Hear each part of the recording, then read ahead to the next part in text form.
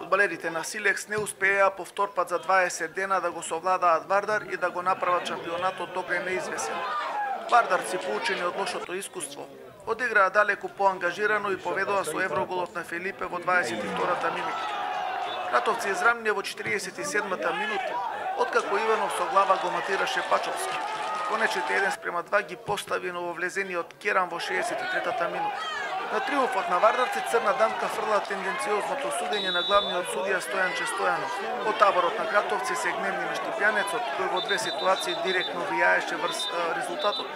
Имено на слободниот удар по кој Фелипе донесе водство за Вардар, го претходеше фаул во напад од Хамбарџумјан, кој Стојанов го преиначи во слободен удар за Вардар.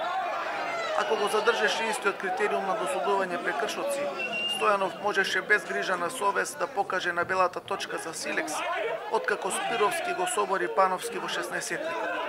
По овие одлуки на Стојанов, Кратовци се прашуваат дали на Вардар му е неопходна судиска помош за освојување на титулата.